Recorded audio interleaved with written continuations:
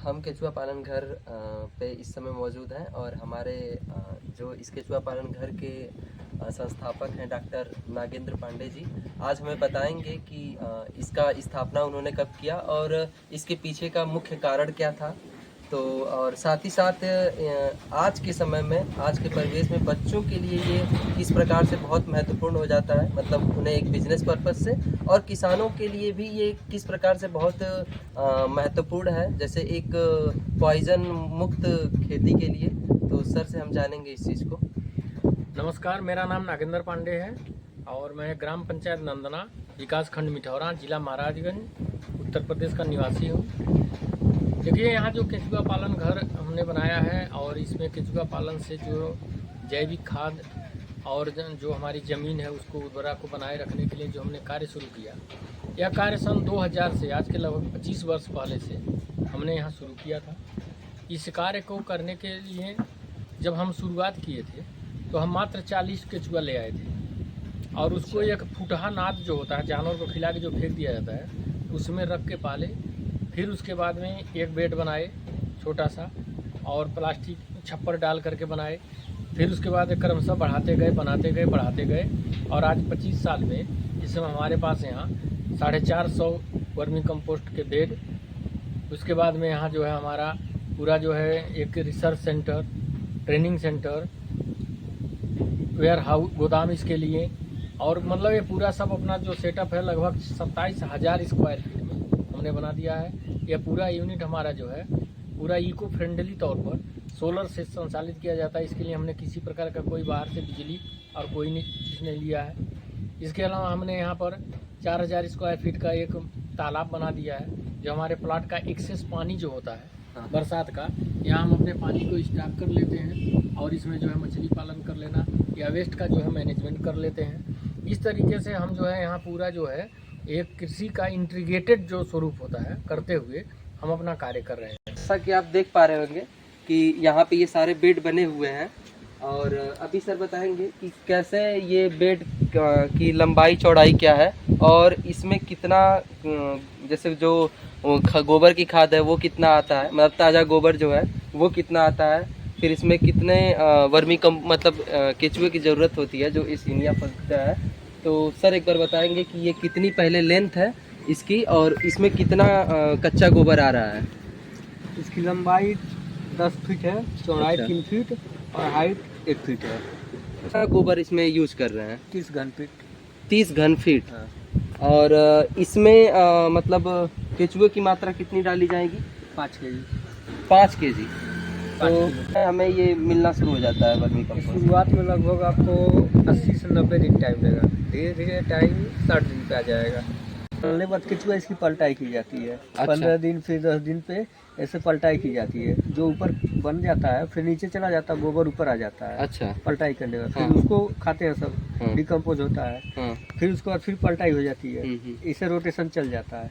फिर हल्का हल्का हम उठाते हैं, पंजा हमारे पास है, उसको कुड़ेद देते हैं पंजे से, केचुआ नीचे चले जाते हैं। अच्छा। गोली बनता जाएगा, गोली आकर रखा जाता है, ढेर उठा कर रख दिया था वहाँ पे।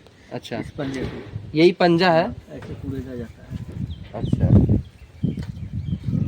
अभी ये ताज़ा गोबर है ना? ताजा ये हम लोग इसके अंदर केचुआ के लिए रखते हैं, दिखाइएगा। वर्म्स के लिए। अच्छा, ये वर्म से केचुए हैं, खेचड़ी टाइप है।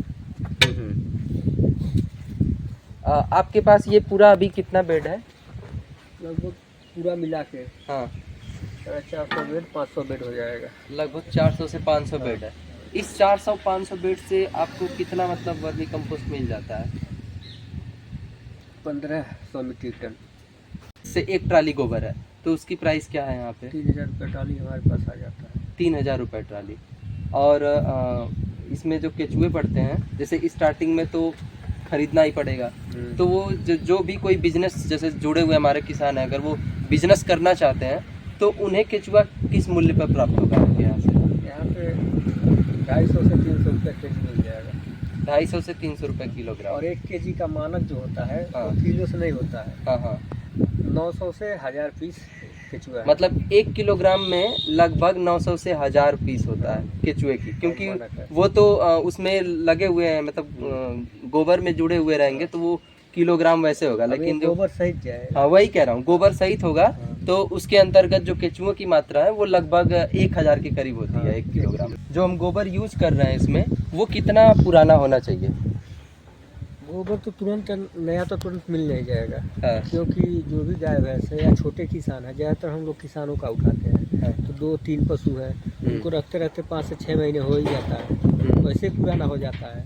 कुछ डेयरी वाले लोग हैं 20-25 रखे हैं, तभी उनका 1 महीने में जुटता है, 1 से 1.5 महीने में, तो उसको मान लीजिए 1 से 1.5 महीने तक पुराना। बहुत ज़्यादा पुराना भी नहीं रखना चाहिए और बहुत ज़्यादा ताज़ा भी नहीं होना चाहिए। ताज़ा अगर रखते हैं तो हम उसमें तुरंत नहीं करेंगे, गरम मीथेन बहुत गैस होता है। रिलीज होती है, तो उसको पहले हम पलटाई करते हैं ताकि मीथेन गैस रिलीज हो जाए, उसके बाद वो करते हैं। अब हम जानेंगे कि कैसे जो मतलब वर्मी कंपोस्ट बन जाता है लेकिन कुछ चीज़ें वेस्ट में जाती हैं, तो उसका कैसे यूज़ करते हैं, या ये बस वेस्ट वाला है क्या? एक वेस्ट ये निकलता है, हाँ।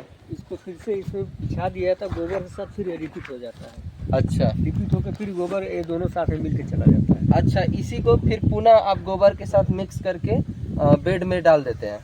कई डाउन उसके बाद एकदम जो इकट्ठा होता ढेला टाइप हो जाता है, कंकड़ टाइप, उसको हम निकाल के फेंक देते हैं। तो ये छनाई वाली मशीन है, हाँ, तो इसके माध्यम से ये वर्मी कंपोस्ट जो अभी देख पा रहे हैं, ये वर्मी कंपोस्ट है, यही निकल के हमें वर्मी कंपोस्ट के रूप में प्राप्त होता है।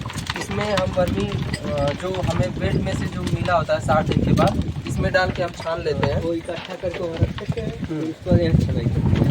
चीज़ में अभी आप कुछ देर पहले बात हो रही थी, तो एक चीज़ हम बताना चाहेंगे कि जो आपने बताया ना कि जो केमिकल का यूज़ कर रहे हैं आज के टाइम में, जो सब्जियों में प्रयोग हो रहा है, तो हम कंज्यूम कर रहे हैं ना बिना, मतलब हमें एक नॉर्मल लोगों को ये नहीं पता है कि हम किस तरीके की चीज़ों को कंज्यूम कर रहे हैं और वो कितना घातक हो सकता है। तो उस चीज़ में इसका ये क्या योगदान है? धन्यवाद।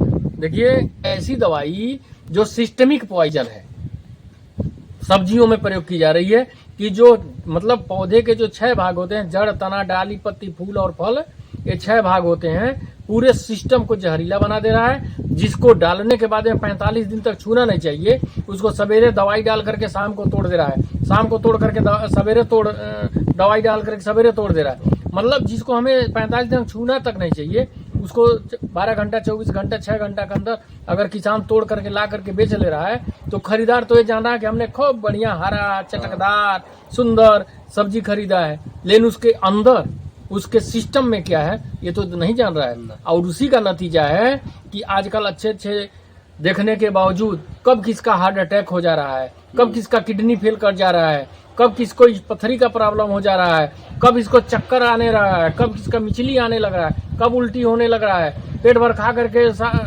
लोगों का पेट गैस बनने लग रहा है। तमाम तरीके की बीमारियां इसी कारण से हो रही हैं। उसका देखिए सीधे है कि हमको अपने नेचर के साथ रहना है।